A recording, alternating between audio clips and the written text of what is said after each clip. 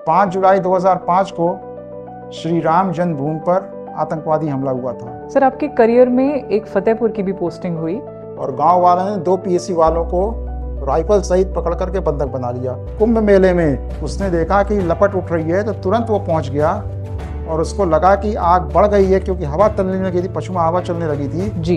तो SOS call करके झूसी क्षेत्र के जितने फायर स्टेशन हैं उनकी सभी गाड़ियों को बुला लिया। सर, आपको कई गैलेंट्री मेडल्स और राष्ट्रपति पदक से भी नवाजा गया है सर। गेहूं के खोदते हम लोग खेत में से होते हुए अब किसी को नहीं पता कि कितने नक्सली हैं जी। कि मेरा पल्स उस समय जो है 200 से ऊपर चल रहा होगा, धक धक धक धक धक धक धक धक। केस ना खुले वो स्वीकार है, लेकिन गलत नहीं खुलना चाहिए। सर, आप अपने पूरे करियर को अगर परिभाषित करना चाहें तो एक वाक्य में यदि बताना चाहें तो किस तरीके से रखेंगे इस बात को सर?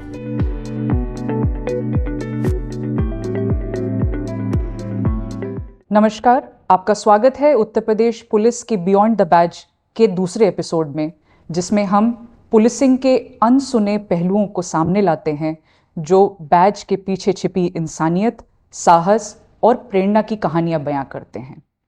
ये केवल एक बातचीत नहीं, एक प्रयास है, एक खोज है उन मूल्यों को जानने का जो पुलिसिंग को एक पेशा ही नहीं बल्कि एक दर्शन बनाते हैं। आईआईटी रुड़की टॉप करने वाला एक युवक जो कि कॉरपोरेट करियर को छोड़ करके आईपीएस के चुनौतीपूर्ण करियर को चुनता है और 33 वर्ष के सेवा काल में कई कीर्तिमान स्थापित करता है। चाहे वह प्रयागराज में आरक्षण के दौरान हाईकोर्ट की सुरक्षा हो, मुख्तार अंसारी जैसे हाई प्रोफाइल केस, या सीमा सुरक्षा के जटिल आयाम, वहां अपनी नेतृत्व क्षमता से अपने आप को साबित करते हैं। आइए आज के मेहमान से आपको इंट्रोड्यूस कराते हैं श्री अविनाश चंद्र जी, जो कि उत्तर प्रदेश पुलिस में वर्तमान में अग्निशमन व आपातकालीन सेवाओं के महानिदेशक पद पर हैं।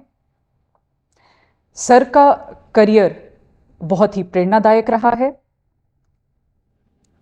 इनका 33 वर्षीय सेवा काल 31 जनवरी 2025 को सेवानिवृत्ति के साथ अपने अगले चरण में प्रवेश कर रहा है।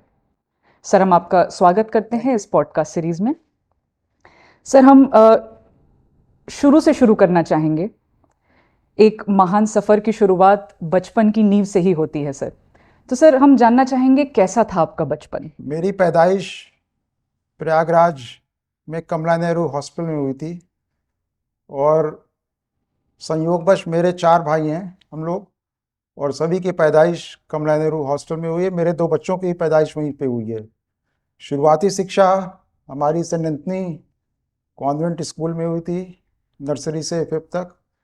फिर उसके बाद सेंट जोसेफ इंटर कॉलेज में हुई 6 से 8 तक।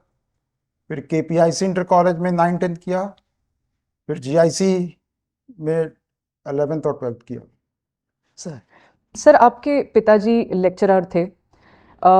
हमारे माता पिता का हमारे ऊपर बहुत प्रभाव रहता है, तो बचपन से ही ऐसे कौन से मूल्य थे सर जो उन्होंने आपके अंदर गढ़ दिए और आप यहाँ तक पहुँच पाए उन्हीं मूल्यों के आधार पर? सर, पिताजी से मेरा बहुत ज़्यादा लगाव था और शुरू से ही वो एक अच्छा इंसान हमें बनाना चाहते थे।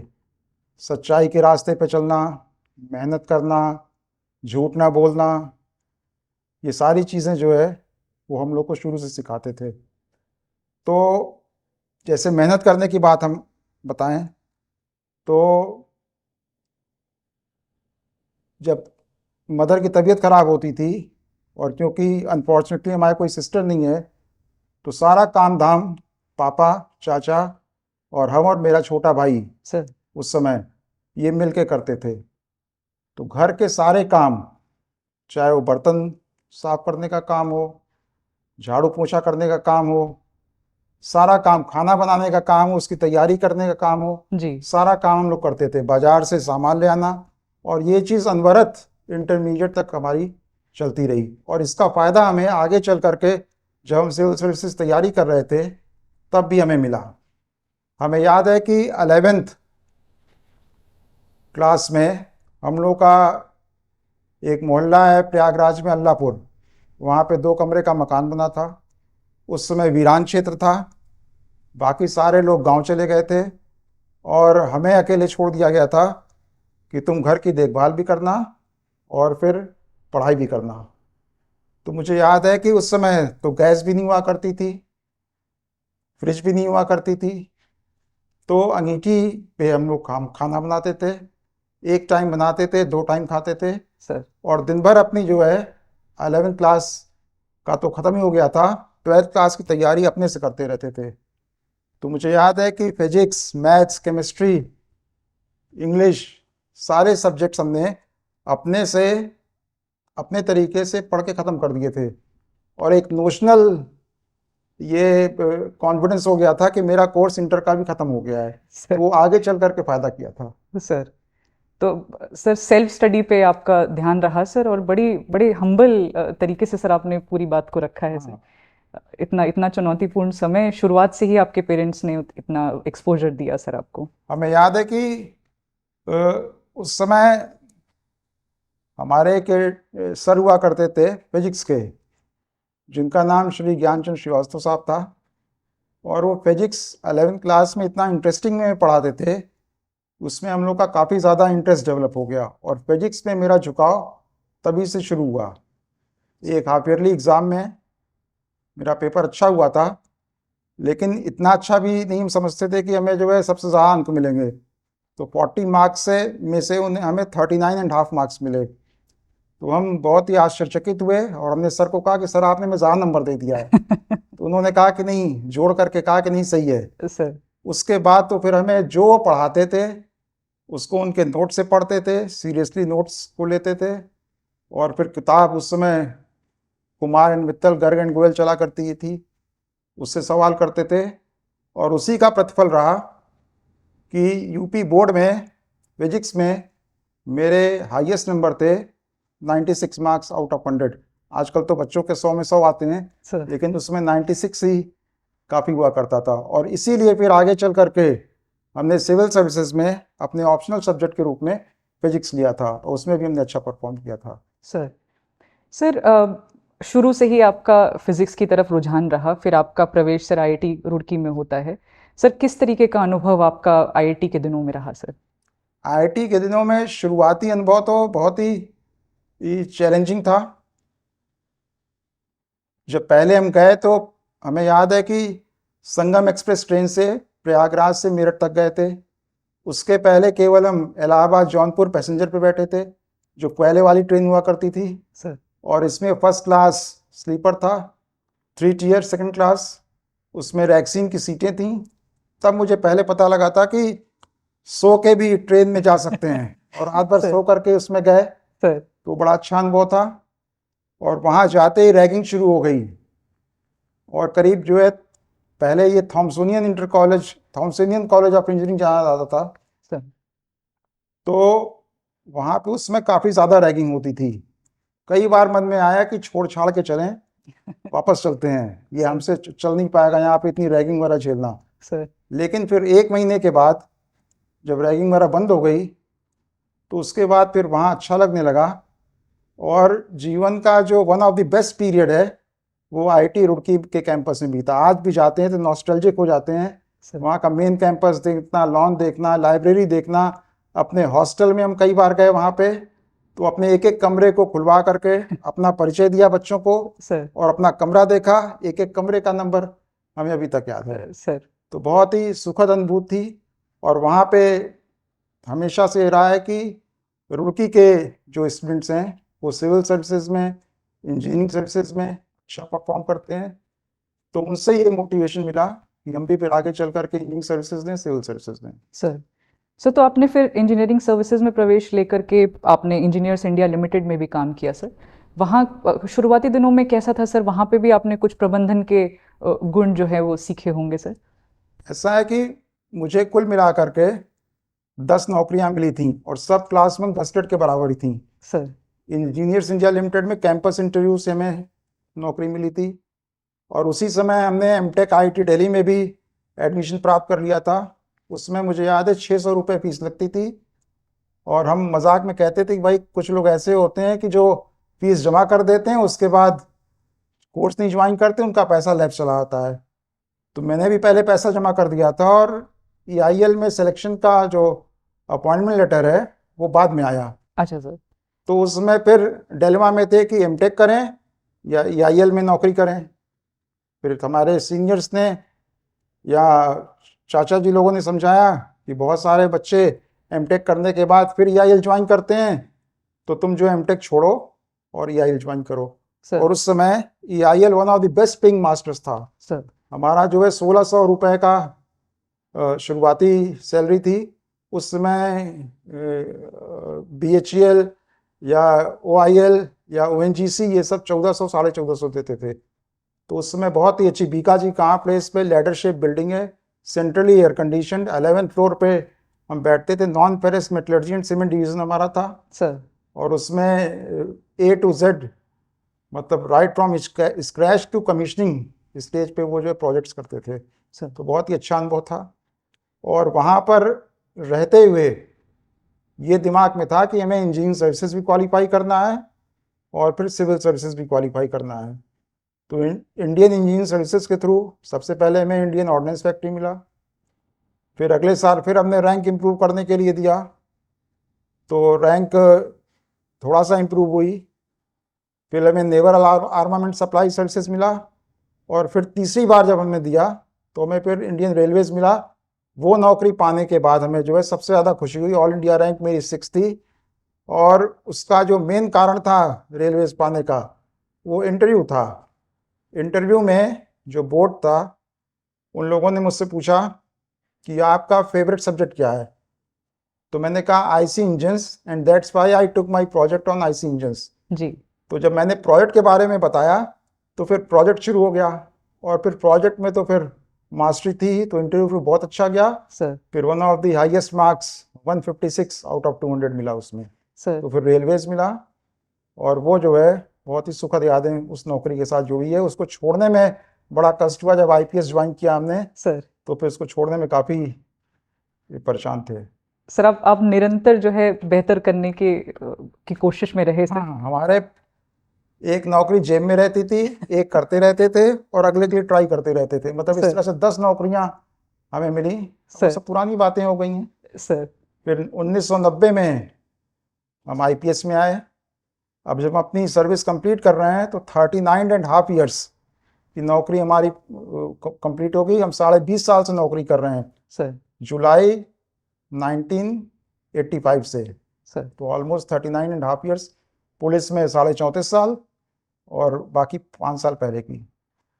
सर, आप अलग अलग जॉब्स में रहे जैसा आपने बताया सर। ये सभी अपने आप में बहुत डिफ़िकल्ट होती हैं। इसमें से कैसे आप अध्ययन के लिए समय निकालते थे ताकि आप अगली परीक्षा में बैठ सकें? टाइम मैनेजमेंट स्किल्स बहुत उच्च दर्जे की चाहिए सर इन एग्ज़ाम्स को क्वालिफाई हाँ, करने। ये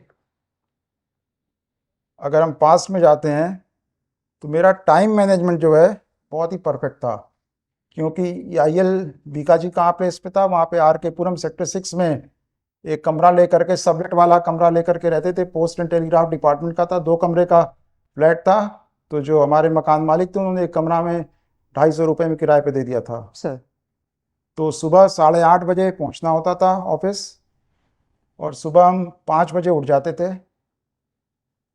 रात का बर्तन साफ करना, कमरा साफ करना, कपड़ा धुलना, नहाना धोना, और फिर सुबह उठ करके नाश्ता तैयार करना। क्योंकि कई बार हमने सर्च किया, बाहर जाके खाने में समय भी लगता था, पैसा भी लगता था, और सेटिस्फैक्शन भी नहीं मिलता था। तो उस समय गैस बर्न नहीं होती थी, नूतन की बत्ती का स्टोव होता था 10 बत्ती वाला, वो हमने खरीद रखा था। और उस बत्ती के उस पे जो है चूल्हे पे हमारा खाना बनता था। जैसे शाम का हम बताएं सर। तो शाम को 6 बजे तक, 5 बजे ऑफिस ख़त्म होता था, 6 बजे पैदल टहलते हुए सब्जी लेते हुए आ जाते थे, थोड़ा रेस्ट किया, और फिर 6 से लेकर के 9 बजे तक हम पढ़ते थे। 3 घंटे सॉलिड निकालते थे। फिर 9 बजे रेडियो शुरू कर देते थे, और नूतन की बत्ती का स्टोव जला देते थे, और कढ़ाई रख देते थे, उस पर हमारी सब्जी शुरू हो जाती थी। और फिर आटा सानने लगते थे, तो सब्जी रोटी सामान्यतः बनाते थे। 9 से 9:15 तो इंग्लिश का ऑल इंडिया रेडियो का समाचार आता है, तो वो पैरेलली सुनते रहते थे। फिर 9:15 से 9:30 तक पैनल डिस्कशन आता था एक्सपर्ट्स का उस समय, जी। तो करंट अफेयर्स पे, तो वो सुनते थे। फिर 9:30 से 9:45 तक हवा महल आता था, वो सुनते थे। 45 मिनट में मेरा रोटी सब्जी बनना और खाना हो जाता था। 15 मिनट हम कॉलोनी में टहलते थे, और फिर ठीक 10 बजे बैठ करके 1 घंटे या 1.5 घंटे जितना मन करता था उतना पढ़ते थे। और फिर सुबह जो है 5 बजे उठ करके अपना ये काम करते थे। सुबह भी जैसे मदर डेयरी का दूध आता था, तो बोतल खिड़की पे रख दिया, उसने बोतल एक्सचेंज कर दिया, दूध हो गया। तो सुबह दूध रोटी खाते के नाश्ता करते थे, 3 रोटी ले जाते थे वहाँ पे ऑफिस में, और वहाँ की सब्जी लेकर के खा लेते थे। बहुत ही डिसिप्लिन लाइफ, और ये पूरा चलता था। और मेरा टारगेट था कि हम हफ्ते में कम से कम सेल्फ स्टडी के रूप में 40 आवर्स सामान्यतः निकालें। तो 5 घंटे पर डे, 5 डेज वीक था, तो 20 आवर्स हो गया। और फिर सैटरडे संडे जब छुट्टी का दिन होता था, तो उसमें 12 घंटे 13 घंटे जो भी है वो अपना निकालते थे। इस तरह से लंबी यात्रा थी सेल्फ डिसिप्लिन की और तैयारी की, उससे फिर सफलता मिली। सर ये बहुत ही प्रेरणादायक है सर, ये मेरे लिए भी और हमारे सभी श्रोताओं के लिए भी, जो कहीं ना कहीं एक जॉब हासिल करने की होड़ में है, प्रयासरत है, उनके लिए बहुत ही अच्छी सीख सर आपने दी है। सर फिर आपका आईपीएस का सफ़र शुरू होता है। ये जो मेहनत आपने करी सर, वो जो संस्कार आपके थे, वो आईपीएस के शुरुआती दिनों से ही दिखने शुरू होते हैं। कानपुर और लखीमपुर खीरी आपके शुरुआती जनपद होते हैं सर। वहाँ के किस तरह के आपके अनुभव थे? नई नई एंट्री होती है सर आपकी। आईपीएस में जो डिस्ट्रिक्ट ट्रेनिंग होती है उसमें कानपुर नगर में मिला था, और हमारे एसएसपी थे आदरणीय श्री डी एन सामल साहब, बहुत ही मेहनती थे। सुबह वो 7 बजे तैयार होकर के बैठ जाया करते थे, और मुझे भी 7 ही बजे बुला लिया करते थे। और वो पब्लिक से मिलते थे 7 से लेकर के 9 9:30 तक, जो भी आते थे, काफ़ी ज़्यादा लोग आते थे उस समय भी, जी। उनसे मिलते थे। फिर अपने ही साथ मुझे नाश्ता कराते थे अपने घर पे, और फिर अपनी गाड़ी में लेकर के एसएसपी ऑफिस जाते थे। वहाँ पे वो पब्लिक से कंटिन्यूअस मिलते थे। बीच में थोड़ा सा रिसेस मिलता था, तो बड़े भाव को, अकाउंटेंट को, पेशकार को बुला करके वो काम कर देते थे। तो हमें ये ट्रेनिंग मिली कि पब्लिक को अटेंड करना, उनकी समस्याओं का समाधान करना, वो हमारा प्राइम इम्पोर्टेंस का काम है, टॉप मोस्ट प्रायोरिटी का काम है। और वही फिर हमने आगे चल करके फॉलो किया। फिर इन्फोर्समेंट के ऊपर वो बहुत ज़्यादा ध्यान देते थे। जैसे टेम्पो वगैरह में ओवरलोडिंग करते थे, उनको वो खुद ही गाड़ी से दौड़ाते थे और वहीं पे पनिश करते थे। उसका एक बड़ा सैल्यूटरी इम्पैक्ट था। जैसे शराब के ठेके पर तमाम सारे लोग इकट्ठा रहते थे, शराब भी ले रहे हैं, वहीं अपना कयास मचा रहे हैं, उनके ऊपर भी वो एक्शन करते थे। तो वो सारी चीज़ें जो जैसे बच्चा सीखता है अपने पेरेंट्स से शुरुआती दौर में, उसी तरह मैंने सर से सीखा, और वो हमने अपने जो भी पोस्टिंग थी उसमें इम्प्लीमेंट करने का प्रयास किया। ट्रेनिंग के बाद हमारी जो फर्स्ट पोस्टिंग थी एज रेगुलर एएसपी, वो थी एएसपी लखीमपुर खीरी। ये आतंकवादी, सिख आतंकवाद से बुरी तरह प्रभावित क्षेत्र था। बहुत ही टफ परिस्थितियाँ थीं। और 6 दिसंबर 1992 को बाबरी मस्जिद का डिमोलिशन हुआ था। पूरे स्टेट में कर्फ्यू लगा दिया गया था, तो दिन रात ड्यूटियां चल रही थीं, और बहुत ही टफ सिचुएशन थी। मुझे याद है एएसपी लखीमपुर का कि गेस्ट हाउस में हम रुके हुए थे, नए नए थे, रात में सो रहे थे, तो वायरलेस सेट पे सूचना आई, क्योंकि उसमें मोबाइल फ़ोन नहीं हुआ करता था, कि किसी गांव में डकैती पड़ रही है। ड्राइवर को हमने छोड़ दिया था, जो हमरा थे वो भी चले गए थे सर। तो वहाँ पे जो चोर पहरा होता है वो हमारे साथ था बाहर। तो मुझे लगा कि नहीं, मुझे तुरंत जाना चाहिए सर। और ड्राइवर को बुलाने का समय हम क्यों वेस्ट करें। तो जिप्सी हमें चलानी नहीं भी आती थी, बहुत ठीक से नहीं आती थी, लेकिन हम ले करके चल दिए। और घंघोर कोहरा, न रास्ता पता न कुछ पता, लेकिन पूछते पाछते किसी तरह जो है वहाँ पहुँचे, घटनास्थल का निरीक्षण किया, और लौट के जब आप आए तो इतना कॉन्फिडेंस आया गाड़ी चलाने पे कि हम कहीं पे भी गाड़ी फिर चला लेते थे। तो ये सारी चीज़ें लर्निंग बाय एक्सपीरियंस होती रही। सर वो समय हमारा लखीमपुर का काफ़ी टफ था। हम लोग बिना नंबर की गाड़ी, बिना नीली बत्ती लगाए AK-47 शीशा डाउन करके बैरल उसकी बाहर रहती थी, बिल्कुल कॉक पोजीशन में रहती थी। और कई बार, क्योंकि बड़ी बड़ी वहाँ पे पीलीभीत में, लखीमपुर में बड़ी बड़ी घटनाएं हो चुकी थी जहाँ पे काफ़ी लोगों को जो है मर्डर किया गया था सिख आतंकवादियों के द्वारा। तो बहुत ही टफ सिचुएशन थी वहाँ पे। सर और जब आपका करियर आगे बढ़ता है सर, तो पीलीभीत, गोंडा, गाजीपुर ऐसे जनपदों में आपकी तैनाती रही। कहीं ना कहीं कुछ ऐसी परिस्थितियां भी बनी जिसमें राजनीतिक दबाव का आपको सामना करना पड़ा। सर उसके बारे में यदि कुछ आप साझा करना चाहें सर। मेरी first posting as SP independent charge Almora थी। बड़े बेमन से हम गए थे कि हमें पहाड़ पे चढ़ा दिया और हमारे बैच वालों को दूसरे जिले दिए हैं, हमें पहाड़ पे भेज दिया।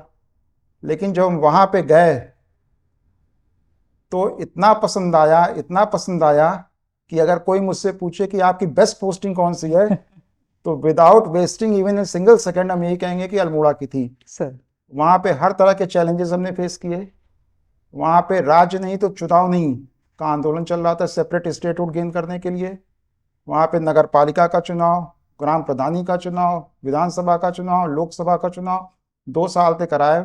बच्चे छोटे थे तो जहाँ भी इंस्पेक्शन पे जाते थे, बागेश्वर गए, रानीखेत गए, कहीं भी गए, जागेश्वर गए, वहाँ पे बच्चों को भी ले लिया और वो पिकनिक भी हो जाती थी और काम भी हो जाता था। तो बहुत ही सुखद यादें। शाम को टहलना हुआ तो निकल गए, किसी भी पहाड़ पे चढ़ गए, उतर गए हम और वाइफ। तो बहुत ही सुखद यादें जुड़ी हुई हैं। जब भी अल्मोड़ा जाते हैं तो वो जो मकान है SP का, कंकड़ कोठी उसको कहते हैं जी, वो देखने ज़रूर जाते हैं। अभी हाल में गए थे 6 महीने पहले, तो सब बच्चों को भी ले जाके हमने उसको दिखाया था। सर फिर आया पीलीभीत, 2 साल के बाद फिर पीलीभीत में पोस्टिंग हुई। वहाँ पे लगा कि हमारे पहले जो थे प्रेसिडेंसर हमारे बैच के ही थे, वो लंबा इनिंग्स वहाँ पे खेल के गए थे 2 साल। तो मुझे लगा कि हमें भी यहाँ पे 1.5-2 साल रहना होगा। बहुत अच्छा मकान है पीलीभीत का। सर ये जो सेवा का भाव है सर, ये आपके व्यक्तिगत जीवन में ही नहीं, ये आपके करियर में भी देखने के लिए हमें मिलता है सर। प्रयागराज कुंभ का समय चल रहा है सर, और प्रयागराज की बात तो करना स्वाभाविक है। प्रयागराज में आपकी पोस्टिंग होती है सर, और इन्हीं संस्कारों के साथ आप वहाँ जाते हैं। बड़े अच्छे सुखद अनुभव भी आपके हुए प्रयागराज में। उसके बारे में सर आप हमारे दर्शकों को कुछ बताएं सर प्लीज। मैं ASP लखीमपुर से फिर ASP प्रयागराज ट्रांसफ़र होकर के आया था। एज ASP मेरा सर्कल था कहीं पे, नैनी सर्कल था। तो हम जा रहे थे रात में जिप्सी में गश्त के लिए, करीब 11-12 बजा रहा होगा। तो एक बुजुर्ग व्यक्ति ने मेरी गाड़ी को रोका, हमने रोक दिया। उन्होंने कहा कि मेरी डॉटर इन लॉ को लेबर पेन हो रहा है, क्या आप इनको कहीं अस्पताल में छोड़ दें। कोई उन्होंने नर्सिंग होम का नाम बताया, मुझे याद नहीं है। तो हमने कहा बैठ जाइए। 3-4 लोग जितने थे सब बैठे और नर्सिंग होम में हमने छोड़ दिया। ना हमने उनका कुछ पूछा वो कौन व्यक्ति हैं, और ना इन्होंने मुझे पूछा सर कि मैं कौन अधिकारी हूँ, क्या हूँ। और बात आई गई हो गई। लेकिन 2-3 महीने बाद ये घूम करके उन्होंने 10 जगह तारीफ किया होगा। और फिर कुछ लोग ये किस्सा सुना रहे थे, मेरे सामने सुना रहे थे। तो मैं कहा भाई वो तो मैं ही था। तो वो शुक्रिया अदा कर रहे थे कि उनकी डॉटर इन लॉ का जो डिलीवरी है वो सकुशल संपन्न हो गई। अगर वो हेल्प नहीं मिली होती तो शायद कॉम्प्लिकेशन पैदा हो जाता। इसी तरह का एक वाकया हमें अम्बेडकर नगर का याद आ रहा है सर, वो भी शेयर करना आवश्यक है। एक बुजुर्ग महिला सुबह सुबह 7 बजे हमारे गेट के पास बाहर थी। हम बैडमिंटन खेल करके लौट रहे थे, तो संतरी जो है उनको हटाने का प्रयास कर रहा था कि हट जाए, वो मेरे सामने ना पड़े। लेकिन हमने देख लिया, हमने रोका। हमने कहा माता जी क्या, क्यों इतने सुबह सुबह आई हैं आप। उन्होंने जो भी अपनी समस्या बताई, हमने टेलीफोन ड्यूटी को बताया कि आप टेलीफोन कर दीजिए इंस्पेक्टर साहब को या SO को, और वायरलेस कर दीजिए। और माता जी को हमने जो है अंदर से मंगा करके मिठाई पानी पिलवा दिया। और हमने पूछ लिया कि भाई आप कैसे आई हैं। उनका पैदल आए हैं, तो 20 रुपये हमने उनको दिलवा दिया। अब ये बात है 98 की। बात आई गई हो गई, हम भी अपने दिनचर्या में व्यस्त हो गए। लेकिन उन माता जी ने हमें बहुत दुआएं दिया, लोगों के सामने, मेरे सामने नहीं। सर और ये बात भी घूम फिर करके 2-3 महीने बाद जो है पत्रकारों के माध्यम से हमें पता लगी। तो वो इतनी खुशी हुई कि जिसका आदमी बहुत छोटी सी बात हमने किया था। जी तो तब से लगा कि नहीं, पब्लिक का जो सामने सामने सिखाया था और जो इस तरह के इंसिडेंट्स होते हैं तो इससे आदमी को सेल्फ मोटिवेशन मिलता है और हमेशा आदमी जो है फिर चाहता है कि पब्लिक के पास रहे। पीलीभीत में भी मैं था तो वहाँ पे सरदार लोग जो है सुबह 7 ही बजे आ जाया करते थे। जी वहाँ पे गोपनीय कार्यालय 2 हैं, एक रेजिडेंस के अंदर है, एक रेजिडेंस के बाहर है। तो अंदर मेरे अंदर इतनी छटपटाहट होती थी कि भाई 10 लोग बैठे हुए हैं, हम कैसे उनको वेट कराएं। तो जब जो आता था तब मिल लेते थे उनसे, जी वायरलेस करवा दिया, फ़ोन कर दिया, वो कर दिया। तो वाइफ नाराज़ भी होती थी कि हर समय मिलने पहुंच जाते हैं। हमने कहा नहीं भाई, यही ठीक रहता है पब्लिक के साथ। यही मुझे इसी तरह का वाकया एक जो है बरेली का याद आ रहा है। जो एडीसी जोन बरेली में थे, सर। तो रात को 11 बजे जब मैं टहल रहा था तो संतरी ने बताया कि 2 लेडीज़ आपसे मिलना चाहती हैं। तो मैंने बुला लिया उनको, बैठाया। उन्होंने कहा कि हमारे कैंटोनमेंट में मकान है, हमसे खाली कराया जा रहा है और इसमें पानी बरस रहा है और हम एसएसपी साहब के पास गए तो वो मिले नहीं। तो मैंने तुरंत फिर एसएसपी को ही फ़ोन किया। हमने कहा भाई ये है इनकी समस्या, आप इस समय मकान मत खाली करवाइए, सुबह अपना खाली करवाइएगा, इस समय कहाँ जाएंगे सामान लेकर के उसमें। तो उन्होंने फिर अपना अप्रिशिएट किया। तो पब्लिक की जो भी पुलिस थोड़ी भी हेल्प कर देती है और सेवा भाव से अगर अपने काम को लेती है और जनता की शिकायतों के निस्तारण पे विशेष तौर पे ध्यान देती है तो हमेशा उसमें खुद को भी संतुष्टि मिलती है और पब्लिक भी उसकी जो है तारीफ करती है, अप्रिशिएट करती है। सर, ये बड़ी इम्पोर्टेंट लर्निंग है सर, हम जैसे ऑफिसर्स के लिए भी जो अभी सेवा में शुरुआती दौर में ही हैं, और इन जनरल भी सर जो हमारे श्रोता हैं वो जानकर के प्रसन्न होंगे कि ऐसे अधिकारी भी हैं सर्विसेज में जो इस तरीके का दृष्टिकोण रखते हैं सर। अब सर हम रुक करते हैं आपके एक दूसरे चरण की ओर, जिसमें आपने सीमा सुरक्षा के लिए काम किया। आप एसएसबी का अंग रहे और वहाँ पर नेपाल भूटान सीमा पर आपने अपनी सेवाएं दी सर। कैसा अनुभव था सर, क्योंकि भौगोलिक स्थिति भी अगर देखें तो वो भी बहुत चुनौतीपूर्ण है और जो भी इंटरनेशनल अफेयर्स हैं उनका प्रभाव पड़ता है इन सभी चीज़ों पर। वहाँ के कुछ अनुभव यदि आप साझा करना चाहें सर। इसके पहले कि हम एसएसपी में जाएं, सर जो पिछला प्रश्न आपने पूछा था उसके कुछ वाकया और दिमाग में घूम गए सर, प्लीज सर। तो वो भी मैं शेयर करना चाहता हूँ। मैं एसएसपी फैजाबाद था सर। तो वहाँ पे बहुत सारे प्रेशर ग्रुप्स थे। वो हमेशा कोई किसी को मिलवाने लेके आ रहा है, आप लोगों के पास भी जी कोई किसी को लेकर के आ रहा है, कोई किसी को लेके आ रहा है। वायरलेस से बात करवाने का 100 रुपये है तो फोन से बात करवाने का 200 रुपये, जो भी हो सर, वो रहता है। तो हमने जाके वहाँ स्टेटमेंट दिया मीडिया में कि जो अपने से आएगा और खुद अपनी समस्या बताएगा जी उसकी हम जो है ज़्यादा सुनेंगे, ज़्यादा मदद करेंगे। क्योंकि मैंने देखा 2-3 दिन में ये है कि लोग, गांव के लोग आ रहे थे, चप्पल उतार के आते थे, ज़मीन पे बैठते थे, और जो इन्फ्लुएंशियल लोग थे वो आकर के हमारी बगल की कुर्सी में बैठते थे। 1 मिनट वेट नहीं करना चाहते थे और चाहते थे उनके लिए हम फ़ोन भी करें, चिट्ठी भी लिखें और वो भी करें। जी तो ये बात हमने जब मीडिया में आ गई तो जो भी प्रेशर ग्रुप्स थे, इंटरेस्टेड लोग थे, जी उन लोगों ने माननीय मुख्यमंत्री जी विजिट किए तो उनके सामने शिकायत किया कि एसएसपी साहब तो जो है वो कहते हैं कि हम जो खुद आएगा उसी से मिलेंगे और आप लोगों के साथ जो आएगा उससे नहीं मिलेंगे। हमने कहा सर मैंने ऐसा नहीं कहा था, मैंने कहा था कि उनसे ही मिलेंगे, लेकिन जो अपने से आता है, चप्पल उतार के आता है, ज़मीन पे बैठने का प्रयास करता है, उससे हम पहले मिलेंगे। तो इसका भी एक अच्छा संदेश गया कि पब्लिक से मिलना ये बहुत इम्पोर्टेंट है और जो हम कमिट करें उसका पालन करें। अगर हम कमिट कर रहे हैं कि चलो हम आ रहे हैं तुम्हारे गांव पे जी तो जाएं, वादा खिलाफी नहीं करें। उसी तरह हमारी जो आदेश होते थे दरखास्तों पे वो बहुत स्पष्ट होते थे कि स्वयं मौके पर जांच करके साक्ष्य सत्ता के आधार पे ये कार्रवाई करें। और फिर इसका हमने पोस्टकार्ड सिस्टम भी शुरू किया था, जवाबदेह और पारदर्शी पुलिस व्यवस्था के लिए जी पोस्टकार्ड सिस्टम शुरू किया था सर। कि उसमें 15 पैसे का पोस्टकार्ड हुआ करता था और उस पर हमारा मुंशी लिखता था कि प्रिय महोदय, आपके द्वारा ये प्रार्थना पत्र दिया गया था, जी इसकी जांच इस सब इंस्पेक्टर के द्वारा कराई गई, जांच में ये तथ्य सही पाया गया, ये कार्रवाई कर दी गई, या जांच में आपके द्वारा जो बातें लिखी गई थी वो सत्यापित नहीं, फिर भी इस संबंध में आपको कुछ कहना है तो पोस्ट कार्ड के साथ आप कार्यालय दिवस से मुझसे मिल सकते हैं। तमाम सारे लोग जो है मेरा ठप्पा साइन वाला और 15 पैसे में उस तक सूचना पहुंच जाती थी, क्योंकि तब मोबाइल फोन नहीं था जी। वो पोस्ट कार्ड लेके तमाम सारे लोग आते थे मेरे पास। यहाँ तो कोई गया ही नहीं, कोई मुझसे मिला ही नहीं, कोई कार्रवाई नहीं किया, तो उसको ही बुला कर हड़काते थे और फिर नेक्स्ट हायर रैंक पे उसको देते थे। सर तो जवाबदेह और पारदर्शी पुलिस व्यवस्था के लिए बहुत इंपॉर्टेंट है। इसीलिए हमारे यहाँ जो सेटिस्फैक्शन लेवल था पब्लिक का वो 60 to 70% था।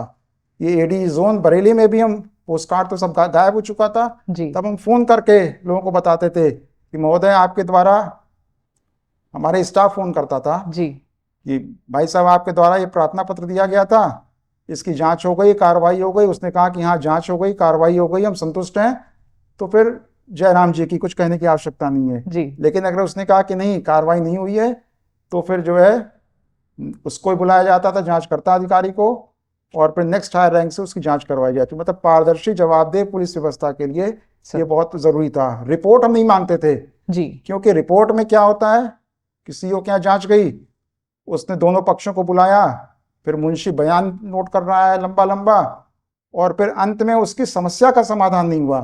तो हमें जो है समस्या का समाधान करना है। उदाहरण के तौर पे अगर किसी ने किसी का पैसा ले लिया जी या मकान किराए पे ले लिया, 1 साल बाद एग्रीमेंट बीत गया, न मकान छोड़ रहा है, न किराया दे रहा है, न एग्रीमेंट रिन्यू कर रहा है, अगर दोनों पक्षों को पुलिस बैठा करके डिस्कशन टेबल पे कर दे तो ज़्यादा संभावना है उस समस्या का समाधान हो जाएगा। तो हमेशा स्ट्रेस करते थे कि आपसी संवाद के जरिए समस्या का समाधान करें और पुलिस जो है एज कैटलिस्ट काम करे।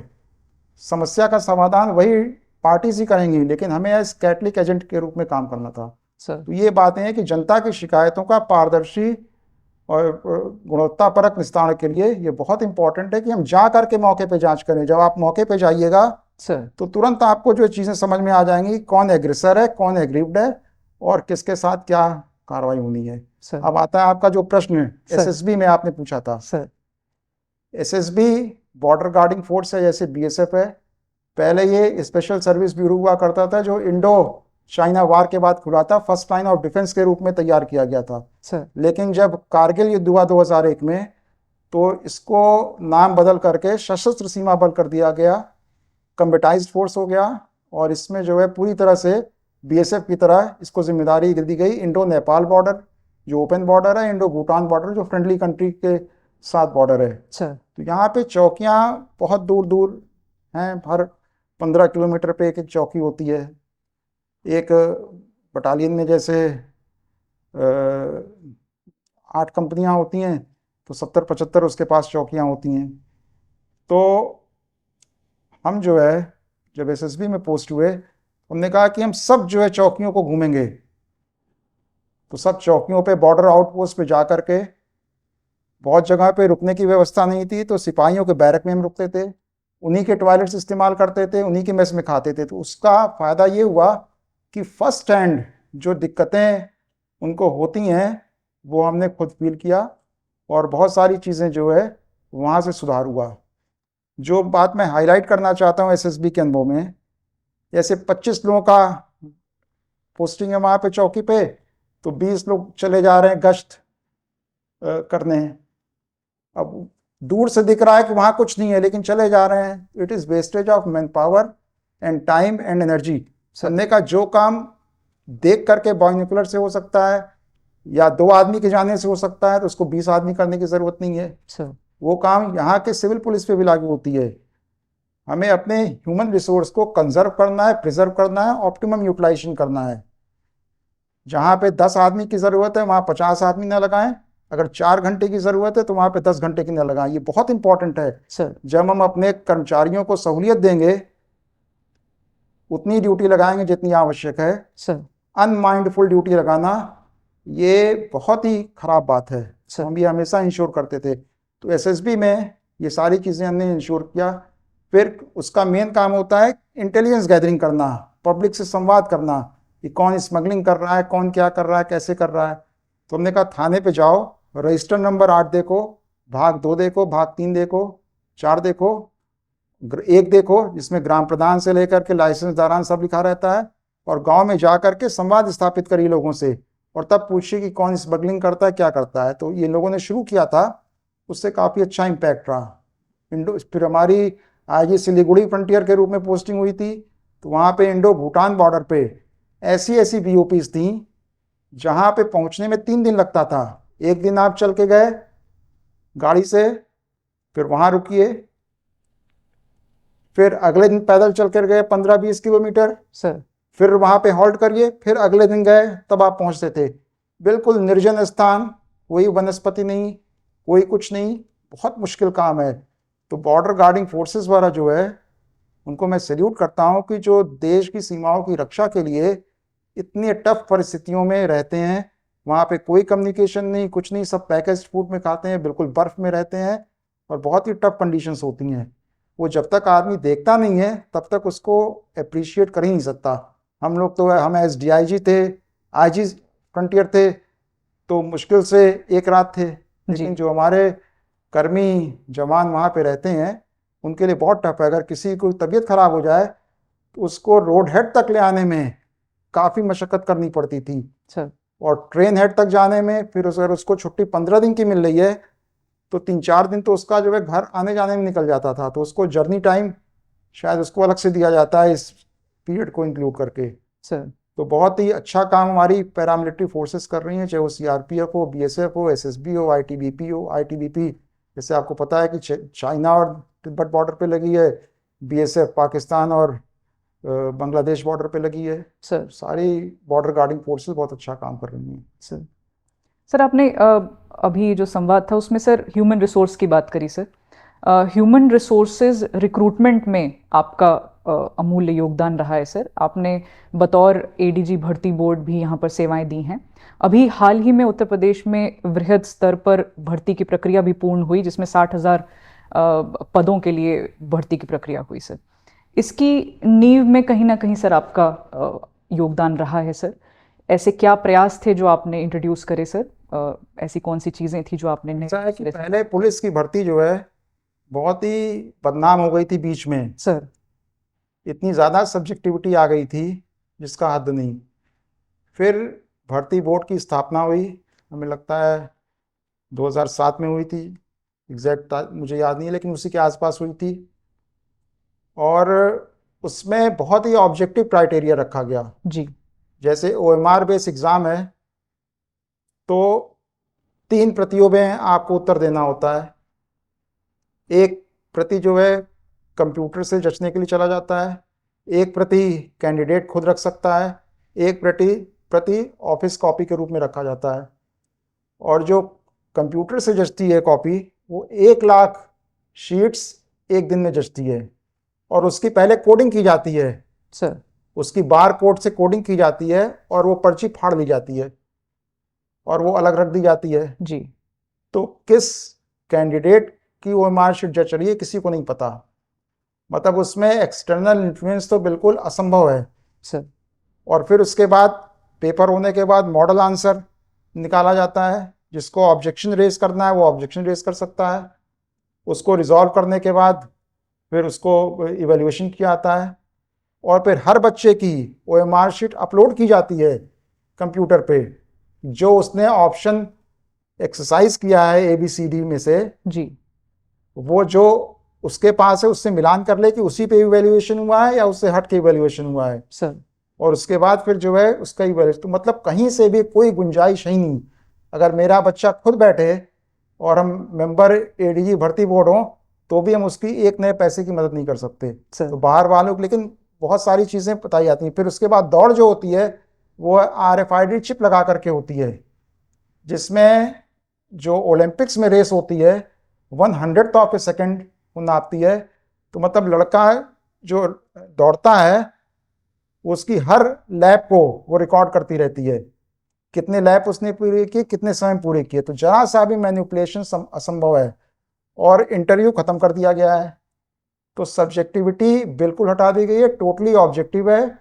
मोस्ट ट्रांसपेरेंट तरीके से भर्ती इस समय संचालित की जा रही है और इसमें कहीं से भी मैनिपुलेशन की कोई गुंजाइश नहीं है। बहुत सारे लोग तरह तरह से इसमें भ्रम फैलाते हैं लेकिन वो सब बिल्कुल निराधार है। सर। सर अब रुक करते हैं सर आपकी वर्तमान पोस्ट की तरफ से। इमरजेंसी सर्विसेज आप देख रहे हैं सर, फायर सर्विसेज देख रहे हैं। इसमें सर अभी हाल में ही जो कुंभ मेला चल रहा है वहाँ पर एक आग लगने की सूचना प्राप्त होती है, और सर मेरे ख्याल से सर ये रिकॉर्ड टाइम में उस पर नियंत्रण पाया गया। किस तरीके से इसके पीछे क्या तैयारियां की गई थी जो इस तरीके की कार्रवाई करने में हम सक्षम हुए सर? देखिए, माननीय मुख्यमंत्री जी के निर्देश पर कुंभ मेले की तैयारियां बहुत पहले से शुरू हो गई थी, मतलब 1 साल बैकग्राउंड में, 1 साल पहले से। और धरातल पे 1 नवंबर से, जब बाढ़ खत्म हो गई, 1 नवंबर से शुरू हो गई। हम लोगों ने फायर डिपार्टमेंट को राइट फ्रॉम इंसेप्शन और start of setting up of मेला, मतलब टेंट और इलेक्ट्रिफिकेशन, अपने को एसोसिएट किया, क्योंकि मेजॉरिटी ऑफ द फायर्स वो इलेक्ट्रिकल शॉर्ट सर्किट से लगती है। जी। तो तार कमज़ोर न लगाए जाएं, पुराने न लगाए जाएं, जर्जर न लगाए जाएं, कहीं के उतरे तार न लगाए जाएं। ये सारी चीज़ें हम लोग जो है टीम बना करके, इलेक्ट्रिकल सेफ्टी और हमारी टीम मिल करके इसको जा करके मौके पे चेक करती रही है। और अभी भी अनवरत हम लोग जो है अवेयरनेस का कार्यक्रम और फायर सेफ्टी का कार्यक्रम कर रहे हैं सर। अब हमारे जो है 4000 हेक्टेयर्स का ये मेला है क्षेत्र का, ये 40 स्क्वायर किलोमीटर हुआ। और इसमें हम लोगों ने 53 फायर स्टेशन, क्योंकि पूरा टेंट सिटी होता है सर, और एक्सट्रीम कोल्ड क्लाइमेटिक कंडीशन में मेला संचालित हो रहा है, तो 53 फायर स्टेशन, 20 फायर चौकियाँ, 53 वॉच टावर्स हम लोगों ने बना रखे हैं, और 195 प्लेसेस पे हम लोगों ने डिप्लॉय कर रखा अपनी गाड़ियों को। एक फायर स्टेशन का क्षेत्र मुश्किल से 800 स्क्वायर मीटर है, यानी उसको ट्रेवल करने में, रिमोटेस्ट स्थान पे ट्रेवल करने में मुश्किल से 2 से 3 मिनट लगेगा सर। 15 की स्पीड या 20 की स्पीड पे चलेगी तो भी पहुंच जाएगी। तो जब ये घटना संडे को 19 तारीख की हुई जो है, तो वहाँ पर हमारे जो 195 प्लेसेस पे हम लोगों ने डिप्लॉय कर रखा है यूपी 112 की तरह जी। वहाँ पे हमारा जो है ऑलरेडी डिप्लॉयमेंट था। उसने देखा कि लपट उठ रही है तो तुरंत वो पहुँच गया, और उसको लगा कि आग बढ़ गई है, क्योंकि हवा चलने लगी थी, पछुआ हवा चलने लगी थी जी। तो एसओएस कॉल करके झूसी क्षेत्र के जितने फायर स्टेशन हैं उनकी सभी गाड़ियों को बुला लिया सर। तो थोड़ी देर में 45 गाड़ियां वहां पे छोटी बड़ी पहुंच गईं। और जब तक ICCC के माध्यम से सूचना आती तब तक फायर फाइटिंग ऑलरेडी स्टार्ट हो चुकी थी, तो उसको फिर हम लोग जो है काबू पाने में सफल हुए। आगे आने वाले समय में मौनी अमावस्या के लिए हम लोगों ने और इंटेंसिफाई अपनी तैयारी को कर दिया है। एक्स्ट्रा रिसोर्सेज हमने दिए हैं सर। 20 गाड़ियां दी हैं, 100 मैन पावर दिया, हमारे 1400 मैन पावर वहां पे लगा है, 320 गाड़ियां लगी हैं। इसकी तुलना अगर हम प्रयागराज जनपद में कितने फायर स्टेशन है या लखनऊ जैसे बड़े जनपद में कितने फायर स्टेशन करेंगे तो आज ज़्यादा समझ में आएगा लोगों को। जी। लखनऊ में 10 फायर स्टेशन है, 250 आदमी है, 70 गाड़ियां हैं, वहाँ पे 330 गाड़ियां हैं। प्रयागराज में 9 फायर स्टेशन है, 200 आदमी हैं, वहाँ पे 50 के आसपास गाड़ियां हैं। उसकी तुलना में कुंभ मेले में क्षेत्रफल जो है इसका 40 स्क्वायर किलोमीटर का है, लेकिन गाड़ियां 320 हैं, मैन पावर 1400 है, और फायर स्टेशन प्लस चौकी मिलाकर के 70 है। तो पूरी ताकत हम लोगों ने झोंक रखा है। और मैं इस पॉडकास्ट के माध्यम से सारे श्रद्धालुओं को, तीर्थयात्रियों को, साधु संतों को, धर्मात्माओं को आश्वस्त भी करना चाहता हूँ कि इस घटना का वीडियो देख करके अपना प्लान किसी को चेंज करने की ज़रूरत नहीं है सर। पूरे विश्वास के साथ आएँ, अचूक फायर फाइटिंग व्यवस्था हम लोग दे रहे हैं, तुरंत हम लोग मौके पर पहुंच जा रहे हैं। रोज घटनाएं हो रही हैं सर। प्रिवेंशन का भी काम कर रहा है। हमें लगता है कि हजारों की संख्या में आग जो लग सकती थी नहीं लगी, वो तो हमें पता भी नहीं लगेगा। प्रिवेंट भी हम कर रहे हैं, लेकिन जो घटना हो रही है उसके लिए लोगों को अवेयर करते हैं, तो लोग अपने से फायर एक्सटिंग्विशर से आग बुझा ले रहे हैं। 10,000 फायर एक्सटिंग्विशर हमने बांट रखे हैं सर। जो मॉड्यूलर किचन है उनके लिए specialise fire extinguisher, lithium ion battery के लिए स्पेशल 500 फायर एक्सटिंग्विशर बांटे हुए हैं। उसी तरह जो इलेक्ट्रिकल पैनल्स लगे हुए हैं बड़े बड़े पंडालों में, उसके लिए ऑटो फायर फाइटिंग सिस्टम लगा हुआ है हमारा। वो जैसे ही टेम्परेचर उसका ज़्यादा होगा, अपने आप वो जो फायर एक्सटिंग्विशर है उसका बल्ब टूट जाएगा और फायर फाइटिंग शुरू कर देगा। तो बहुत ही अच्छी व्यवस्था की गई है, अनपैरेलल्ड। और ये मुझे पूरा विश्वास है कि इंसिडेंट फ्री घटना हम लोग जो है मेले में रहेगी। सर सर आपको कई गैलेंट्री मेडल्स और राष्ट्रपति पदक से भी नवाजा गया है सर। मुझे पूरी आशा है कि इसके पीछे की जो कहानियां हैं वो बहुत रोचक होंगी। सर इसके बारे में हमसे कुछ साझा करें प्लीज। देखिए, मिर्ज़ापुर में मेरी पोस्टिंग हुई तो वो नक्सलियों से प्रभावित चंदपतराम, मिर्ज़ा, सोनभद्र और चंदौली, और कई सारी बड़ी बड़ी घटनाओं उन लोगों ने कर रखा था, और पुलिस के ऊपर बहुत ज़्यादा प्रेशर था कि हम लोग जो इनके खिलाफ एक्शन लें। तो हम लोगों ने कई नक्सली लड़कों को ही जो है मुखबिर बना रखा था, और वो सूचनाएं हम लोग उसे देते रहते थे। तो जो एक पर्टिकुलर घटना हुई थी जिसमें 16 नक्सली मारे गए थे, 9 मार्च 2001 की बात है, होली के 2 दिन पहले की बात है। उसने मुखबिर ने सूचना दिया कि भवानीपुर गांव में बड़ी संख्या में नक्सली आए हैं, वहाँ पे गौने का कार्यक्रम होना है और यहाँ पे आए हैं और रहेंगे शाम तक। तो लोकल पुलिस को बताया गया। कई बार होता था भेड़िया आया, भेड़िया आया, भेड़िया आता ही नहीं था। तो कैजुअल वे में कुछ गए अपना पुलिस के लोग, मड़ियान थाने के और आसपास के जी उसके पुलिसकर्मी।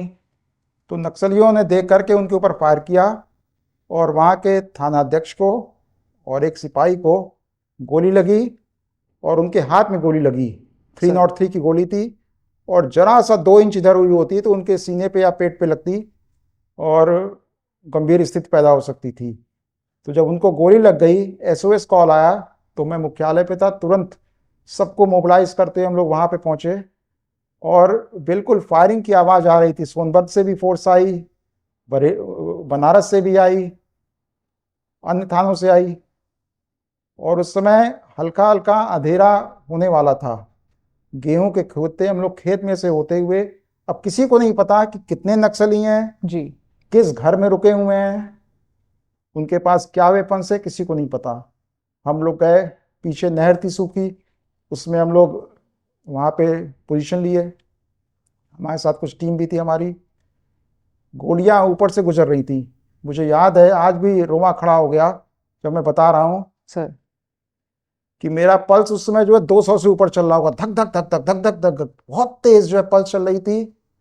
मुंह बिल्कुल सूखा जा रहा था, सर लग रहा था कि नाली का पानी मिले तो पी लें, इतनी ज्यादा जो है उसमें स्थिति खराब थी। सर लेकिन फिर थोड़ी देर में हम लोगों ने जो है, जब फायरिंग कुछ बंद हुई तो अपना घेर घार करके इन लोगों को हाउस टू हाउस सर्च किया गया, और फिर 16 नक्सली इसमें जो मारे गए थे, इसमें बिहार के बड़े बड़े नक्सली जिनके ऊपर वहां से उस समय का 50,000 का इनाम घोषित था, उन सब का हुआ है।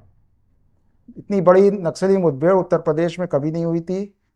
और लेकिन इसमें हम लोगों ने मानवाधिकार की जांच, SC ST आयोग की जांच, ह्यूमन राइट्स की जांच, CBI, CID, PIL जो इनका फ्रंटल ऑर्गेनाइजेशन है, PUCL, उसने हाई कोर्ट में रिट किया, सुप्रीम कोर्ट में रिट किया। तो बहुत लंबी प्रक्रिया चली जी। उसमें। फिर सब चीज़ें जब साफ हुई तब इसमें जो है टीम को गैलेंट्री मेडल मिला था। तो बहुत ही टफेस्ट डे था, one of the toughest day हमारा। फिर 5 जुलाई 2005 को श्री राम जन्मभूमि पर आतंकवादी हमला हुआ था सर। उस समय मैं ब्रिगेडियर साहब को कॉल ऑन करने के लिए तैयार हो रहा था, और मेरे पास फोन आया हेड कांस्टेबल का कि सर यहाँ आतंकवादी हमला हो गया है। हमने कहा क्या बकवास कर रहा है। लेकिन उसके बाद तो एन नंबर ऑफ सोर्सेज से सूचना आने लगी, तुरंत हम लोग वहां पे गए। जी। वहां पे भी यही हाल था, कुछ नहीं पता कितने आतंकवादी थे, किस वेशभूषा में थे, क्या वेपन के साथ थे सर। और लेकिन लाइव एनकाउंटर हुआ और 5 आतंकवादी इसमें जो है मारे गए थे। सबकी जान को जो है गंभीरतम खतरा था। लेकिन उस समय मंगल का दिन था और हनुमान जी की कृपा से पुलिस वाला कोई नहीं मरा, जबकि मर कोई भी सकता था उसमें जब इसका इन्वेस्टिगेशन किया गया तो पता लगा ये 5 पाकिस्तानी आतंकवादी थे जी। और 60 किलोमीटर दूर अंबेडकर नगर में, रामनगर में मोहल्ले में किराए का कमरा लेकर के रहते थे। कमरे का किराया था 400, देते थे 800। हिंदू बन करके रहते थे और अपने को पान पराग टाइप का मसाला का सेल्समैन बन करके रहते थे जी। सबसे लोकल वालों से बड़ा अच्छा रिश्ता था। माता जी नमस्ते, ताऊ जी नमस्ते, सर। पैर छूते थे। लेकिन वो सब थे आतंकवादी, मन से काले थे, और रोज टेम्पो पकड़ करके पब्लिक ट्रांसपोर्ट से जाते थे अयोध्या, और वहाँ की सिक्योरिटी सिनेरियो उन्होंने 1 महीने तक स्टडी किया था। और तब जा करके आतंकवादी हमला हुआ था। सर उन्होंने आकर के बारूद से लदा जो है वो जीप को ब्लास्ट किया। जो मौके पे थे सीआरपीएफ वाला उधर गए, फिर यहाँ कहीं दूसरी तरफ से एंट्री किया और अंधाधुंध जो है फायरिंग किया। उसी समय हम लोग पहुंच गए थे, फायर्स एनकाउंटर हुआ और उसमें 5 आतंकवादी मारे गए थे। ये बहुत ही टफेस्ट डे ये दोनों थे, तो इसमें दोनों में फिर अल्टीमेटली गैलेंट्री मेडल मिला था। सर बहुत इंस्पिरेशनल है सर।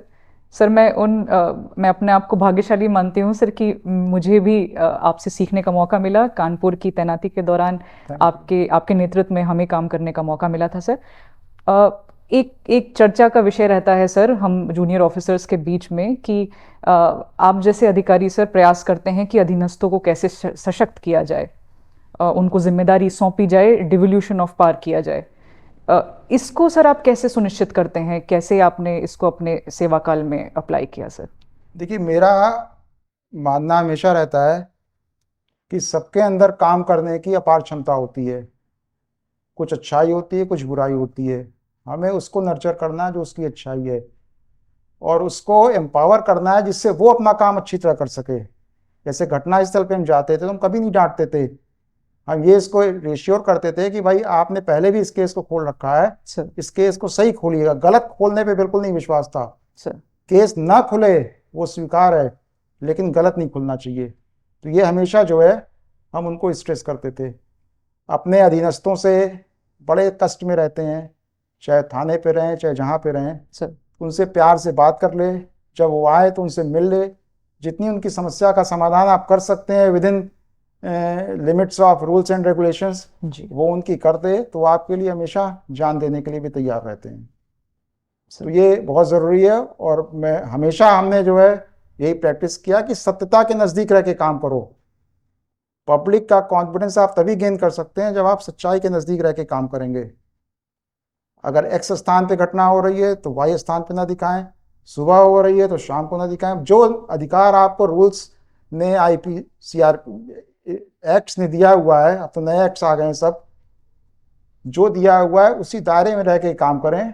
अगर कहीं उसमें चैलेंजेस आ रहे हैं, कमी है, उसको प्रोजेक्ट करें जिसमें उसमें जो है अमेंडमेंट हो। सर तो ये संदेश इम्पोर्टेंट है सबके लिए। सर आज हमने आपके व्यक्तित्व के बारे में बहुत कुछ जाना। योग और आध्यात्म का भी आपके जीवन में बहुत महत्वपूर्ण स्थान रहा है सर। आध्यात्म की दिशा में आप किस तरीके से अग्रसर हैं सर? योग से तो हम जुड़े हुए हैं सन 2000 से। माय फादर की जब तबीयत खराब थी तो मुझे भी लगा कि कहीं मैं भी न बीमार पड़ जाऊं, सर तो फिर योग हमने सीखा। फिर मिर्ज़ापुर में एक गुरुजी थे, उनसे सीखा। फिर फिरोज़ाबाद में एक बहुत अच्छे गुरुजी मिल गए थे, उनसे सीखा। जी तो एक्सरसाइज और योग में बेसिक अंतर यही है कि भाई आप मन से उसको ध्यान लगा करके आसन को करते हैं और धीमे धीमे करते हैं, कंसंट्रेशन के साथ करते हैं सर। और इसमें प्राणायाम का बहुत ज़्यादा महत्व है, क्योंकि जो सांस आप ले रहे हैं उससे आप ऑक्सीजन ले रहे हैं और रिच सप्लाई ऑफ ऑक्सीजन आपके एक एक सेल को नरिश कर रही है। जी तो डीप ब्रीदिंग तो बहुत इंपॉर्टेंट है, और यूट्यूब पे तो बहुत सारे वीडियोस इसके ऑलरेडी अवेलेबल हैं। तो फिजिकल हेल्थ के साथ साथ मेंटल हेल्थ भी बहुत ज़रूरी है सर। क्योंकि पुलिस वाले डिलीवर तभी कर सकते हैं, कोई भी तभी डिलीवर कर सकता है जब वो मेंटली फिट हो, साउंड हो। जी और मुझे लगता है कि हर व्यक्ति के लिए सबसे महत्वपूर्ण अगर कोई है तो वो खुद है, मतलब उसका फिजिकल हेल्थ और मेंटल हेल्थ। अगर हम ही जो है बीमार पड़ गए जी और मेंटली परेशान हैं तो हम दूसरों की क्या हेल्प कर पाएंगे, परिवार की क्या देखभाल कर पाएंगे सर। इसमें 2-3 बातें मैं बताना चाहूँगा स्पिरिचुअलिटी में। देखिए, बाहर की परिस्थिति और बाहर के लोगों के व्यवहार पे आपका कोई कमांड कंट्रोल नहीं है। वो क्या बोल रहे हैं, क्या सोच रहे हैं, परिस्थितियां क्या सामने आ रही हैं, रेड लाइट आ गई कि नहीं आ गई, ट्रैफिक जैम है कि नहीं है, वो तो आता ही रहेगा। आपका कंट्रोल केवल और केवल आपके मन पे है, मतलब आप कैसे रिस्पॉन्ड करते हैं ये आपका निर्णय है सर। तो अगर आपने बेटर तरीके से रिस्पॉन्ड किया, शांत मन से रिस्पॉन्ड किया, तो आप हमेशा कूल रहिएगा। एंड ऑफ द डे किसी को क्या चाहिए? पीस ऑफ माइंड चाहिए कि आदमी जो है शांत रहे। और शांत रहने के लिए मुझे लगता है कि deep breathing, consciousness breathing, mindful breathing जो है बहुत ही महत्वपूर्ण रोल प्ले करता है। अगर आदमी मेडिटेट करे 5 मिनट 10 मिनट भी करे तो इसका जो है मिरेकुलस रिजल्ट आता है। बहुत सारे लोग सोचते हैं कि मेडिटेशन बहुत टफ चीज़ है, लेकिन बहुत ही सरल चीज़ है और बहुत ही नेचुरल वे में आप अपनी सांस को आते हुए जाते हुए केवल देखना है। जब सांस आ रही है तो ठंडी सांस अंदर जा रही है, ऑक्सीजन आपके एक एक सेल को नरिश कर रहा है, और जब बाहर जा रही है तो जितनी निगेटिविटी है, जितने टॉक्सिन्स हैं वो निकल रहा है। इसको आप सोचिए, 15 मिनट कर लीजिए, बहुत अच्छा है। सर फिर कन्फ्लिक्ट रेजोल्यूशन के बारे में हम 2-3 बातें बताते हैं। जैसे आपसी संबंधों को, चाहे वो पति पत्नी का हो, भाई भाई का हो, दोस्त का हो, किसी का हो, तो हम बताते हैं कि अगर किसी से झगड़ा हो गया है या हो रहा है तो चुप रहना सीखो। दो लोगों के बीच में अगर कोई संवाद हो रहा है, एक चुप हो गया तो दूसरा अपने आप चुप हो जाएगा। वहाँ से हट जाइए, डीप ब्रीदिंग करिए, पानी पी लीजिए और अगला दिन इस तरह से शुरू करिए कि जैसे कल कुछ हुआ नहीं था। क्योंकि अगर आप उसको डिस्कस करेंगे तो फिर से लड़ाई वहीं से शुरू हो जाएगी। तो ये तो पहला पॉइंट है। फिर दूसरा है एक्सेप्टेंस। एक दूसरे को एक्सेप्ट करना सीखें, जो जैसा है वैसे एक्सेप्ट करना सीखें। जब लड़का लड़की एक दूसरे को देखने जाते हैं शादी के लिए, तो best of appearance, best of etiquettes, best of manners, बाकी प्रोफाइल तो रहती ही है। लेकिन शादी के बाद पता लगता है कि अरे भाई तो शराब भी पीता है, सिगरेट भी पीता है, ये भी करता है, वो भी करता है। तो पूरा पैकेज है। कोई भी आदमी एक पूरा पैकेज होता है गुणों अवगुणों का।